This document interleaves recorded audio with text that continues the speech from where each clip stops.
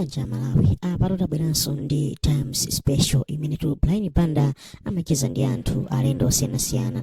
Komatu lero Blind Banda analitu ndi mkulu cha amene ndi president wa Malawi Confederation Chambers yati koma ngakhalenso pano ndi mkuluso wa Sparks Systems Limited hedu amene wandi awaizire phiri kodi mwamva zimene akambirana ndi Blind Banda takhale omwepo kupatsireni inu ndipo musayiwale kupanga like kupanga subscribe. Lero Blind Banda nayezo analindi mafunso odabwitsa mafunso akuluakulu amanafunsa waizire phiri inu takhale mumve rodi isinali bwanji.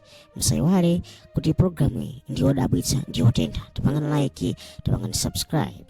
Kuchokera kuno ku kanema wanu wa Times ndine Blind Banda kulikonse kumene mukutionera nthawi zino. Program yathu yapadera timaitcha kuti Times Special imene timabwera ndi alendo apaderanso.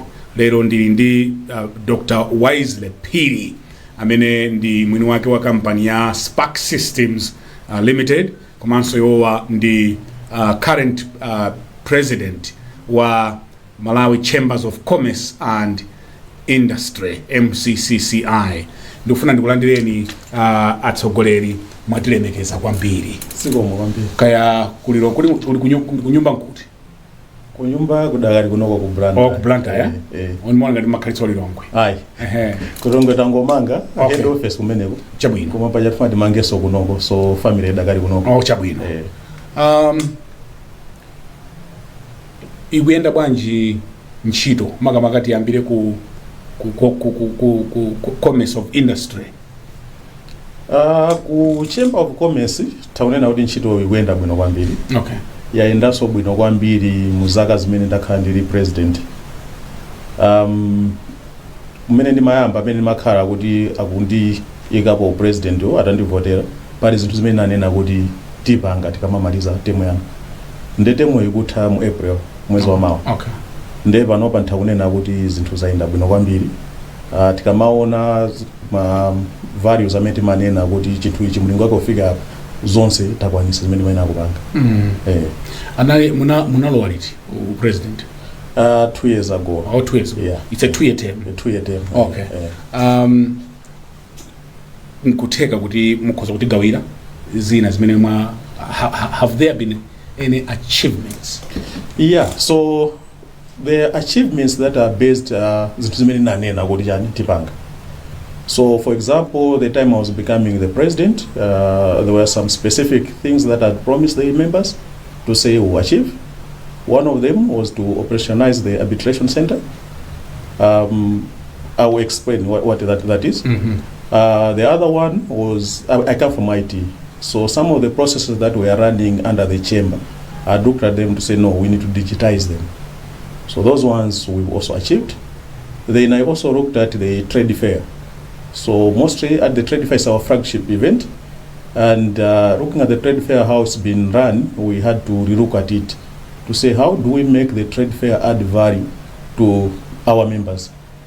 Because when members come with their products at the trade fair, yes, some of them want to sell, but that should not be the focus. The focus should be partnerships. So when we look at the partnerships, we're also looking at how do we export. So if you want to export, then now we have to bring in people from outside. Similar companies where you can do synergies and say, if you are exporting something, let's say some academia, who is buying? Do I need to sell in Malawi? Can I sell it outside? So based on that, we had to relook at the trade fair. And I'm happy to say, even if you had come the last trade fair, for example, we are even running seminars at the trade fair for our sellers, where we would even teach them about the Africa Intercontinental Free Trade Area, so that they should be able to export outside. So out of it, actually, we would come and check. If you look at the numbers, so for example, in terms of businesses that were done at the trade fair, already they were in billions. If you look at people that now came there and sold their products, it's in hundreds of millions. Then, based on those, I had given the KPIs to the people at the secretariat. So you need to tell them to say, for example, director of membership, at the end of the year, I don't just to be approving your salary, what have you achieved as a director of membership? So we had also to look at in terms of the growth in the membership. So all those, today if you look at the growth of the membership, we've grown over 50% already. If you look at the monies that we've been generating at the MCCI, it's gone up by 36%. But then that's the turnover. By the end of the year, you say, okay, this is the amount that we've generated, but what is the surplus that you're getting? So the surplus will help you to expand outside. The surplus already for us year on year has gone to 75%, which has allowed us now to go into the other districts. So you might have seen, for example, last year, we even went to Zomba and have farmers market, which never used to happen. So now we've gone outside these cities. Yeah. Yeah, so tapezeka kuti mpaka takafika ngati kuzomba nakhani farmers market. Kumene timakaonesa kuti as MCCI ma members ang'ono chifukwa kumbuyo koso tikamakhala ndi anthu kumacheza nawo amazane naso kuti representation yane ya makampani akulu ili bwino. Koma ang'ono muzitipanga chani. Nde ijinali ngati njira imodzi yomapangaso pull in makampani ang'ono. So you can even see makampani ang'ono mene mabwera kukhala ngati president wa chamber amene anakonesa kuti pa membership anali 7. Men ukamba pano but ndi 48 makampani ang'ono ma SMEs. So zakhala ngati in all angles my achievements achitika. Munakamba ya yoyambirira icha arbitration center. Yes. Yeah, so tikamaona arbitration center pali zinthu zingapo zimene ife timakayang'ana kuti ife index yathu aziko anthu akunja azitiona pali zinthu zina zimene timayena tizichita as a country. So tikamakamba za foreign direct investment anthu akunja achabweresa ndalama kunoko. For example, government makamba za ATMM strategy tumafuna anthu abwerese kandi mining kandi chani ndalama ziyabweresa zambiri. Ndipo mazakhala kamayang'ana maiko aja amakayang'ananso kuti malamulo akamayenda motani. Nditati ndayambana ndi boma ine ndinawakunja namba ndi boma zaita motani kunoko mutha kukhulupirira or mukuziwaso kuti tikakhala ndi milandu mwina kukhota matha kutenga 20 years ku business zimayenda zimenezo 20 million kwa chapa nopa in 20 years time mazakhala useless. So anthu akunja aja akamaona samazayamba kuonaso kuti titati tabwera ukoko kuti zinthu sizinayende tizipita kutiko. Ndi anzathu anayambisa amati arbitration center chifukwa milandu yambiri imakathira pokambirana. Arbitration center matha kukhala so even time na say milandu mumalizani chani 3 months.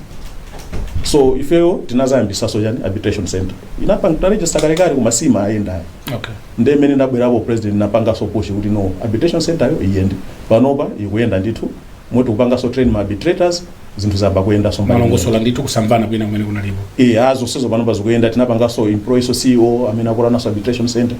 Panopa tupanga train anthu amene chifukwa arbitration makhala kuti mwina ino ndino ndi company kamwina ndi construction ine ndikufuna mundipangire chinthu koma sizinaende tayambana ino mundifuna kupita ku court koma ukapita ku court mbapeza nthawi zambiri zimakachedwa ndi matha kulemba mu contract jamunena kuti tikapanga tikakambirana using an arbitrator amene azanene kuti mulandu warakwa ndi awa or tipange chonchi. So with that mapeza kuti mwapasana ndi nthawi yonena kuti mwina within 2 months arbitrator atipase chani chigamulo chake. So zimene zota zipanga panopa tupanga train arbitrators and zinthu zikuyenda bwino. Okay. So munapanga chani kuti mwati membership iso yakweranso. Okay. How were you able kuti mwachite one kuti join and kusajoina mavuto ake ndotani? So kumene ndikuchokera panopa I think taunena so kumbuyo kuna khalapo so president wa State Association naso ndi mavuto so onkera komwe. Okay. Andu kuti akakhale member amakayang'ana kuti ndipeza mo value yotani. Ndi mutakukhulupiraso kuti mene timapanga apapo economy simayenda bwino. Ndi kuti member abwere azalipire membership. Membership yatunso ili ma levels angapo. Pali member amakampani akulu timalipira sondra mazina amusi sondra mazina. Koma timaonesa kuti value yake ikhala value yotani. So for example makampani akulu takati kukhala I've been reaching out to my companies.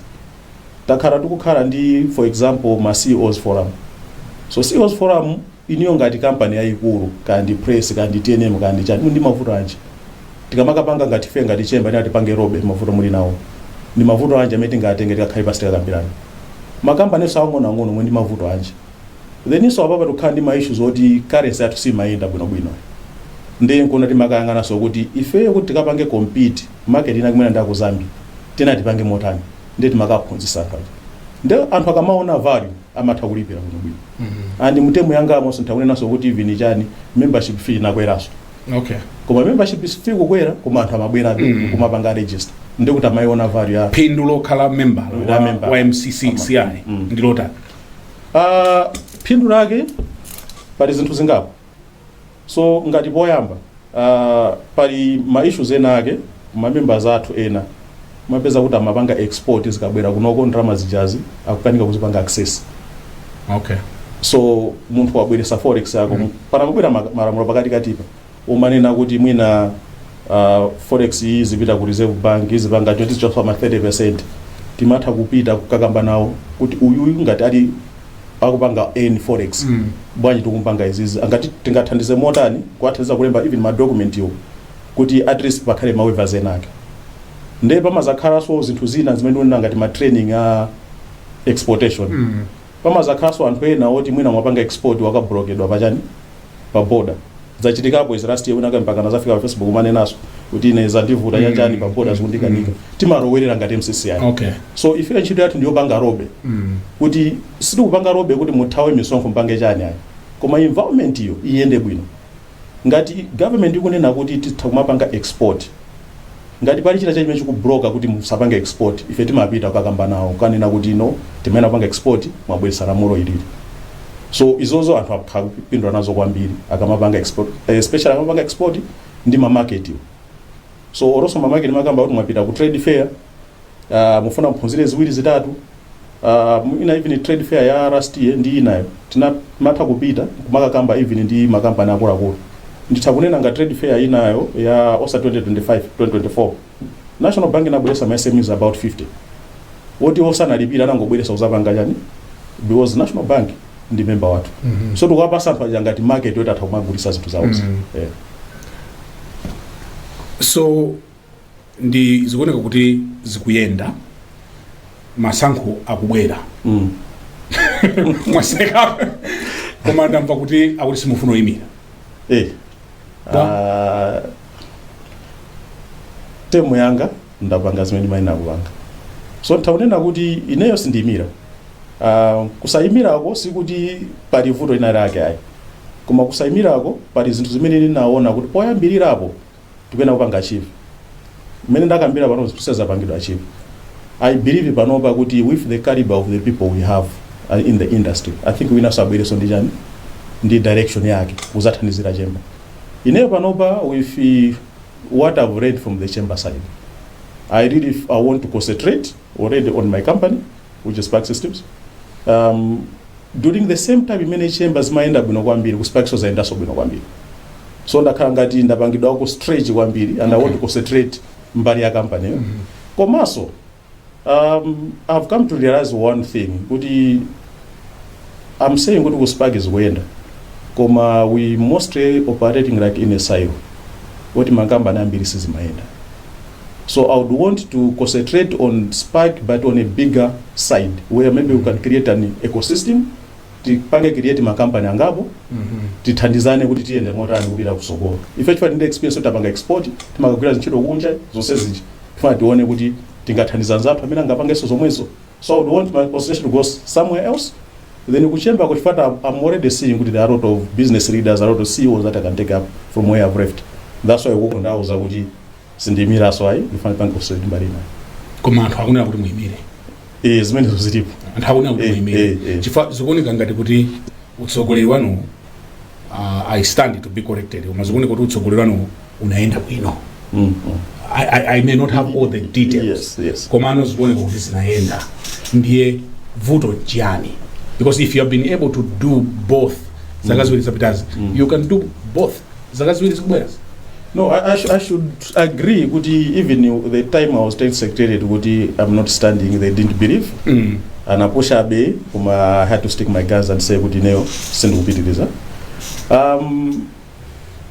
for example last year from the Spark side already tapanga open ma branches ma country awiri Tanzania and Mozambique. That's a lot of growth already for me to look at. Then so within Spark there are other companies, subsidiaries. We've got one which is does cyber security. It's called District 30. ndekuti ukokoso ndiyena ndireso ndi anthu. Then panopa amene ndakambira mujamu zonena kuti I want to promote others going forward. We've had issues already in terms of people maybe looking at Malawi as a country down.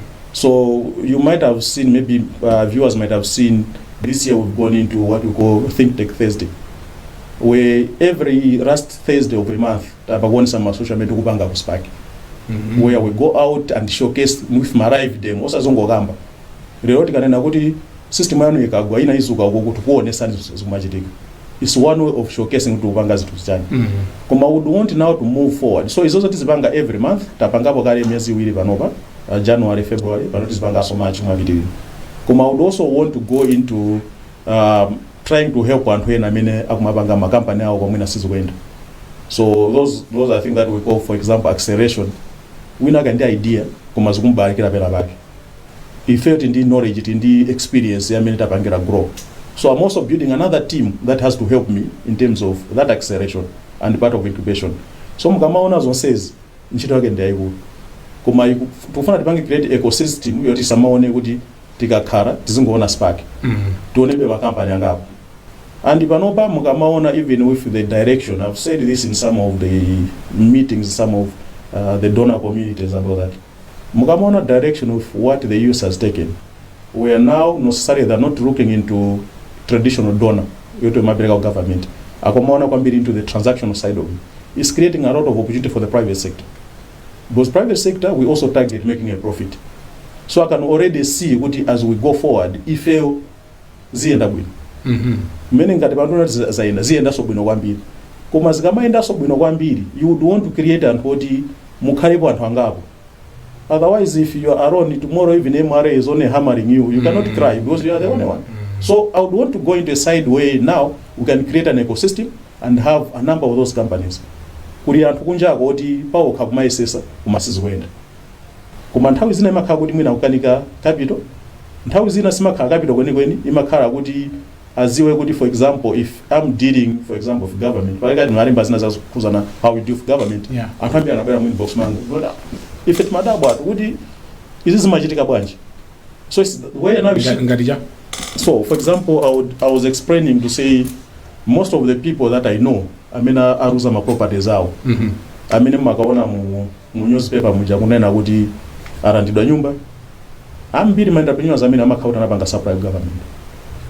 Koma sana iganizira.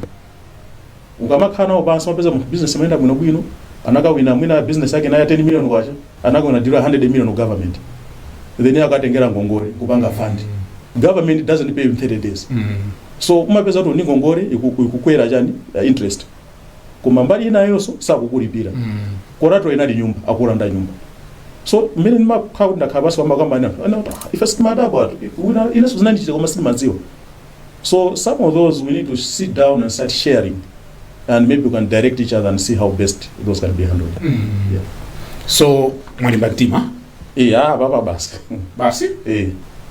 Direction dukulowera, I'm very sure kuti it's the right direction. Kuni ngasuma kandi anthu amakuthandiza ntchito munthu. So let's look at it in this way. Even kuchemba ukoko, it's not kuti ineyo 100% mabanga ndineyo. Because ine as a president, I set the direction. That's right, yeah. I set the vision. Then I give the people the KPI. Ine ndufuna mubange is. Come after 6 months, ndufuna nzaone mubanga these minutes. Then you start following up. So remember, as I'm moving out, secretary is still there. And who amenda kugira nawo, amena banga izizi, adakalipo ali kumeneko. Meaning kuti if the new president comes in with his vision, awa ntchito abangare prove kuti amata kugira ntchito.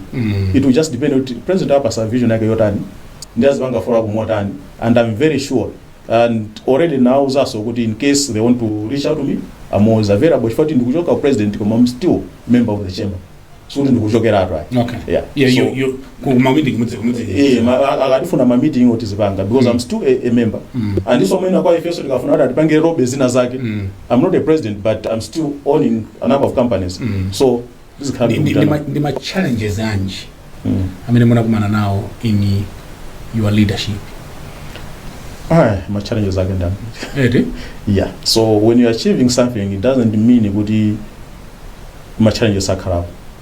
So you can even see where we're coming from. I came in during the time yoti tukuyandikira zisankho za 2020. No, so is zachitika last years. Because if you look at, for example, governments, most of the times campaign ajama 2 years before. So we were preparing. Yeah, we're preparing for the sanko. Okay. So when now you come and bring in some of the conversations and say ichicha baba sichikuenda bwino, antama akaonera so another eye of thinking kuti mwina wanda opposition, mwina wanda chakuti. So even in those type of discussions, that means you have to be mwina mukhali niyo kunena kuti ndikupanga ndikufuna ichi chifukwa chake ichi justifying, because now you have to convince the other person kuti your intentions is clear. We've seen those as we're going into that. Then we've also gone nthawi yomwe yoti tinandi ma forex issues, tinandi ma power issues. So even if we talk to our members, production in Asika, most of them they're talking about 50% of their capacity. So ukamapita kuti Maromo, yes, I had a lot of members coming in, joining us. It meant even the problem that became even more than what we expected. So I would go with for example, one of the things that I did, we expanded and even reached out to IFC, part of the IMF, the donor community, and told them maybe some of these decisions, because I need what we call data-driven decision making. You don't just wake up and send fund bankage without data. So we've even reached out to them to say, mungati thandizindima analysts. Sifuna ndama zanu. Tipasane ma analysts kuti tingapanga analyze zinthu zokumapita government na kuti tax ita icho send. Then tizipanga analyze and tell them munena kuti muka icho sarero in the next 2 years mupanga drama izizi. So those discussions actually tazipangaso. Then we've got ana avomeraso koma papa amangodikira chifukwa cha zasankho ankanga chani abanga kuma expect by mid year or towards the end atipasa analyst still chifukwa nagwizana sokala. So there are all those things where you sit down and you have to discuss my politicians, then you have to discuss with the private sector. Then at the end of it, there are some things, for example, where some taxes all of a sudden present easy budget the other side. So you have to go to your members and show them the papers and say, present. So there were a lot of issues. So this is on top of what I'm doing to SPAC. I have to deal with almost everyone. What about Nkaniza Forex? Zida will affect Banji under your leadership? So Nkaniza Forex is never going to affect almost all areas. In my base, and my way now. So,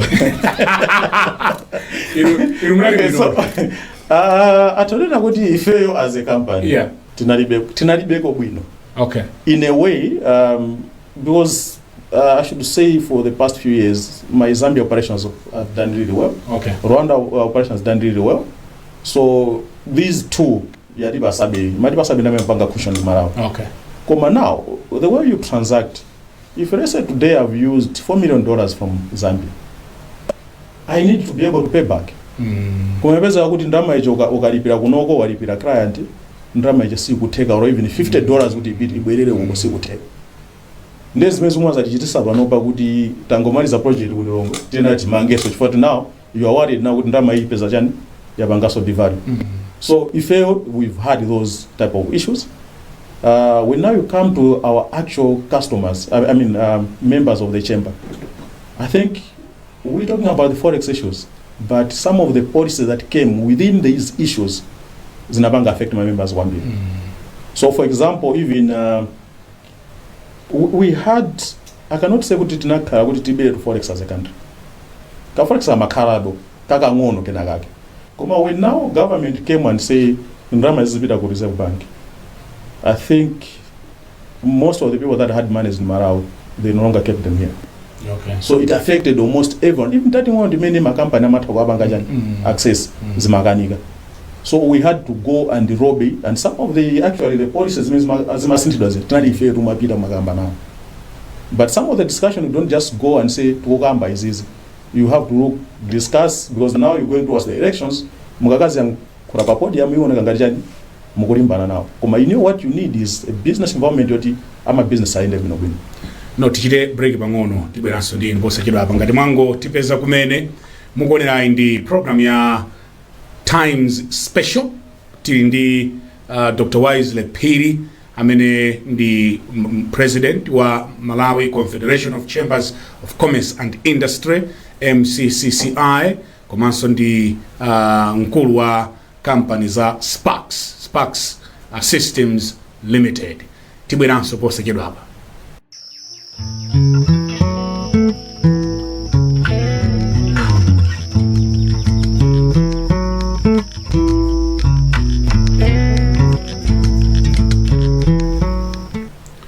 Mukuonera program ya Times Special ndili ndi Dr. Wisely Phiri kuchokera ku Malawi Chambers of Commerce and Industry, komanso iwowa ndi mkulu wa Sparks Systems Limited. And hambiri, and I think we talked about this in our last conversation some years back. Amangona magalimoto a Spark. Ndiye mafusi Spark. Kwa pano mnafika 60 Sparks 1, 2, 3, now na 16 ziwenda matani business ya ndiotani. So if you got the Spark, timapanga za ICT technology. Okay. Technology yathu timapanga zimati enterprise technology. Enterprise technology. Yeah. So enterprise, what I mean is the same ICT, but timapanga ma system amene timakapereka ku makampani ena kuti apite kukagulisa kwa. So meaning kuti iwo amakaipanga branding ngati ndi yawo. So timathandiza makampani kuti ma business yawo ayende bwino. Amakaipanga ngati branding ngati ndi yawo. Give me an example. Timakhani ma NDA siningalowe kwambiri into yani. Koma pali zambiri zimene timaziona mdziko muno. Zoti simuziwa kuti akupanga ndi Spark. And most of the times mazapeza kuti, for example, there have been times zoti mwina system yake yagwa. It might be a bank, it might be telecom sector. Akumana my engineer they are working on it. Okay. My engineer President Peter Mutharika poyankhula mu State of the Nation Address sona ananena kuti ndi chidwi chawo kuti tichite digitalize zinthu. Munaulandira bwanji kutanga? Is that your field? Yeah, so digitization is our field. Okay. We even go beyond the digitization, where we go into what we call automation. Okay. So a president Banomba Magamba Zoti, as a country, I think we should look at digitization. And honestly, I agree with him 100%. There are some things that we're seeing. Zoruma zachita kudabwa so kuti ifeyo basi timangofuna tizingo kavutika. It doesn't make sense. So for example, if you look from the readership side, you've got my example, for example, what we call identity management. So identity management in the group imene muri zinthu ngati national ID, driver's license, passport, identity management. Mumakhandi munthu oti wachoka kandi kumangochi. Wasiya banja lake, wasiya nthawi ya mvula isakulimaso, nkumaza gona kujani ka immigration, ka kupita kujani NRB. Ndikuti as a country we're losing out. His family is losing out, but as a country, again, this is productive citizen. We're losing out. Some of these things can be done from where the people are sitting. And again, we need systems that they should be able to be efficient. Actually, yesterday I was in another function. In mentioned Mausa, so it was a government function. Mausa, so sometimes government should not only be coming to the private sector looking for money, because most of the time some are funding and whatever for some of the projects. But it should be able to come and we look at the efficiencies. So for example, at Spark, just imagine if a bank goes down for even 30 minutes. You'll find that the Reserve Bank will come from a pen at that time. That's why my bank and bank invest in high availability. System you can go in our system akuza ni kuti system yagwa mukukanika kupanga withdraw money mbanki kuma pa ATM mukutenga. And zikagwera to amakazusira ma system aja kuyironga. Tinapanga ma system. So bank we're talking about amatuza we call them recovery time and recovery point objective. So recovery time is ndibanga ndikagwa tizusanthawe tali bwanji. Recovery point is system yagwa panopa data imene tabweresezo ndiyapanopa kapena ndiyazulo kapena ndiya some hours ago. So if you look at the government systems, oitapeza kuti sinagwire even for 1 hour. People complain but not much, that much. Kuma you find kuti it takes days and days and days. So meaning kuti investment yawo siyayikulu. Now, when the president says, can we digitize? I think that should be the direction. Can we digitize the systems? But can we even go beyond the digitization? Automation. Okay. When you talk about automation, tisamakhale kuti approve when sinachitike chifukwa minister sali mu office. Yeah. Can we have those systems? Mene mwapangira physically, we digitize and timaika ma roles within the systems and say ichi chikafika apa akapanga approve ngati palibe chipanga escalate chipita kwa kuti. So all those affairs aspect, we've got the skills already. Okay. Mukuthandiza bwino ande mwana kuti mupama kwasha madola. Ku Zambia ndi makwasha. Ku Zambia ndi makwasha. Ku Rwanda ndi francs. Okay. Yeah. Zikuyenda. Kuno kubwanji. Kuno konkovutirapo ko. Malawi kuno? Kuno konkovutirapo. Pang'ono. So muli ku Rwanda? Muli ku Zambia? Tanzania. Mozambique. Kuma from Rwanda, timakapanga ntchito ku Burundi, timakapanga ku DRC. So physically ma countries 5, kuma timapanga ma countries 10. Okay. Yeah. Ndiye kuno kuchikuvuta ndi chani? Chifani kuona ngati titakumana that was 2 years ago. Mbona ngati za center.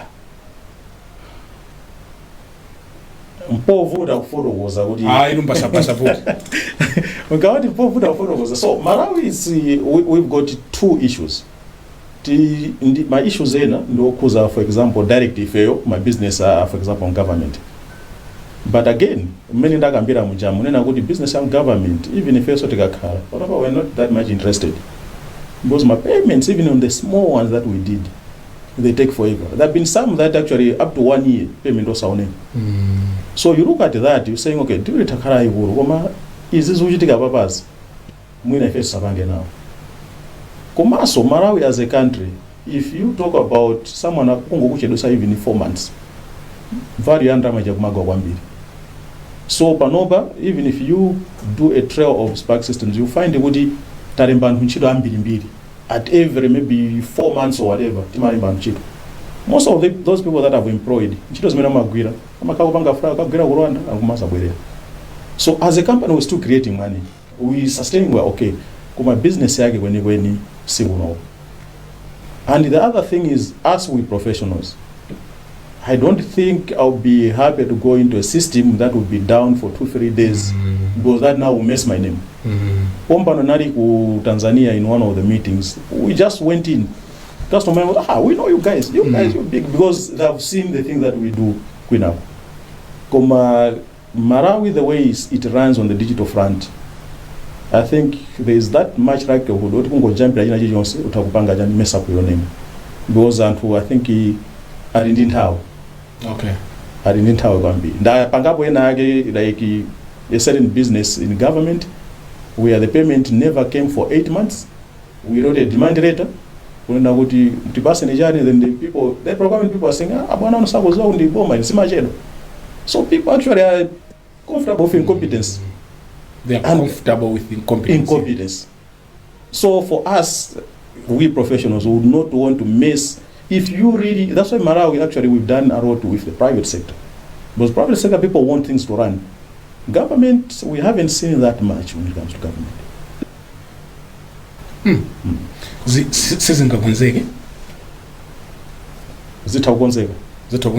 Koma, I think what we might want to look at as a country is taking people to task.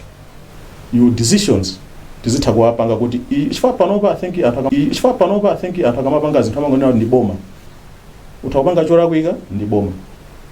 we never, even Maramura military now, we're not following up and taking people to task.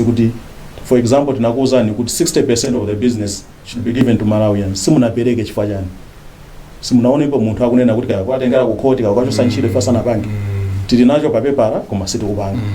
So people are just comfortable and you turn out to ask, who is Boma?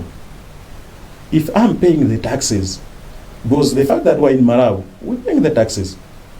If you look at the correction at MRA, even panopa tumakamba kuti yes, there is a deficit about 2 trillion in the budget, but a lot of the corrections of that amount, I think up to 60%, is coming from the local payers. So the one American Diboma, Ndramazan Zaife, Kumamoran Diboma. So we need to start taking people to task. Otherwise, it will be very difficult to correct what is happening. So you have given up on Malawi? No. No, I haven't given up, but we need the right positions. Kulipira mochedwa. Malawi is ku Tanzania amalipira msanga.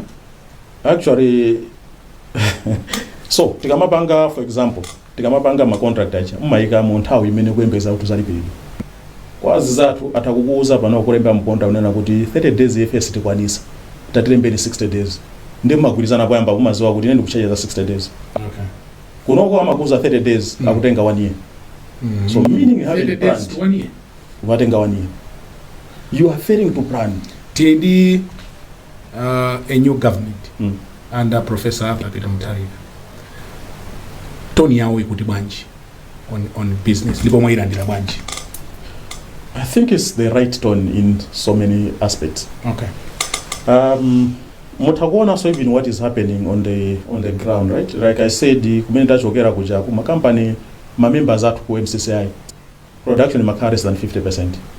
Some of the issues that we had were doof energy. So fuel sama peseka magesa kuvuta is managed to stabilize bari fuel. I think that one we should appreciate. Yes, wakwera kumpeza. Panopa utakuda around 5,000 kuma timazanina so kuma magora ku brag market 10,000. That's right, yeah. So then you come again into what in private sector we look at source of capital. So source of capital, most of the businesses amagatenga kuma bank. Mukamona menda chokera kuma bank wose amango bwerekesa ku government. They samatira badira as private sector. Panopa with what they are doing now, apapezeka kuti mabanka jamba kutembenuka. Panopa in actually 2 weeks ago mina mandi imbira one of the branch managers panada bode mwati kumbukira. Aulia. Right, ndima facilities zina kafatika mbirani. Mwati kumbukira panopa. Okay. Kuma this is maybe after 5 years because they had the market rate available. So if let's say you look at what we're doing as SPAC, the bank doesn't even care. Then did they care about the others, the smaller ones? They didn't. Yeah. So you look at that, even my bank panopa kuoneka kuti amba kutembeno mapita ku private sector. So the tone has been good. There are some things that we still want to see better because from the private sector things are still expensive. For example, if panopa tunena reference rate is 24 point something. Kumama bank add about 5%, 5.7. So we still saying kuti ngatupira bank adenga ngongore ndi 30%. We had 24 isigwira. You manage the reference. Ndaba bank add my points on top of the reference rate. Yeah. Okay. But if you compare, for example, with Zambia, the reference rate is 15%. Okay. Yeah. So no, Zambia should be 13, Mozambique 15. Oh. So what that means is ineyo kunogo ndikaka kongola ndama ku bank. Ndikupangira business yanga. Ndio profit yanga ikhala at minimum 50% kundipangepo profit because 30 kupita ku bank. Nzanga wa Zambia ali pa 13. Akapanga adi mapoints hapo mwina ali Africa 18. Yeah, he only needs 30%. But we all want to export to the same people out there. So still more, I think as of now, we still have to look at the issue. Inflation in the rate or my bank. Kuma the direction they've taken, I think it's a good direction. It's a good direction. Yeah, it's a good direction. It's really positive. It's giving us a lot of energy. It can also give you kutembenuka. Kutimwina mukoza kuyamba because but in my issues ama passport. In my issues ama national ID. Zimene munaneneza kuti munthu achoke ku mangochi kubwera ku Banda kumadza gonera just because of national ID. Isn't that? Yeah, so those ones are the same money na kuti chani identity management. Actually, one of the think tech Thursdays tunapanga weyambirira tinaonesa so how we do identity management and access control. Our is our field and we do have the skill set. But I should also say, I think from what we were reading in the papers, they already have a contractor that is looking to that, but they might want to do my improvements because we panopa for example my daughter passport nabanga expire and ukanika ubanga renew. So if you are tested in town to kudigirira, we are okay. Kuma you're talking of someone who else amena kujoka kutari akubera kunoko. we can do something better. Nthawi yatithera munthu mulendo amakhala mmawa kukhosi. Takamba za ku MCCI, takamba za Spark. Mawu anu omaliza ndi otani nthawi ino?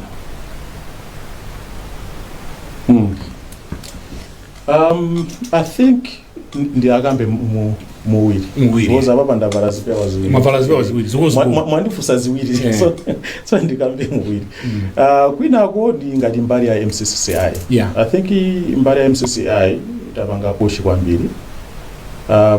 What we do is representation of the private sector in Malawi. And you can't talk about the economy moving forward without the conducive environment for the private sector. So those are the things that we've pushed, for example, even on the budget sessions and all that. We just look forward that maybe some of the things, like I said, government yambabwino, some of the things we're seeing, we also look forward with the thing that will bring out to government. They should be looked at them with a solid eye. Because sometimes, in the event, as a business community, how do we bring in and we're not even our partner? Koma government most of the times has looked at it as they are failing to look at way ahead. Because matter Kukhala with what we call raw hanging fruits and zinazoti patting and how. We've noticed with most of the things that is patting and how government must go tower. So I know it will be a problem of the next president, but that's something that we can look at. I think musinda maganizo. I think musinda maganizo. Mundu uza kutanda kaizo ndiye. Mama anga basa. Aya basi. Mama anga? Yes, ndibagas. Mukhala mziko muno? Yeah, basi. Kana kanda kana funa kuti ndituluke. Shomwe ngani mulowera Rwanda. Yeah. Kana ndifuna kutuluka ngana tukakale. I've got my permits in so many countries. Yeah, my resident permit and whatever, but kwanu. So even the things that I'm investing in Malawi now, you might have seen it with Pampa to Wambayan, Pajichiri Bomb. Opposite Golden People. Yeah. Okay. Mumanga Jan. Zintuzingap. Okay. Yeah, so that one we call it a Spark village. Okay. Village in a city, so it's bigger than the complex here. Okay. So we're putting the complex, we're putting the convention center. I would want and how Gunja as it can functions out of Malawi. Yeah, so because you're having a convention center under 2000, it means now that whole area will grow one bit. Actually, it's a chain. The community and ecosystem would want to have, for example, even Mashato Zomatengantu, Apange Park Stadium, there will be even an entertainment area. So, could Zambi in business as I take a money. Mayambaka Manga?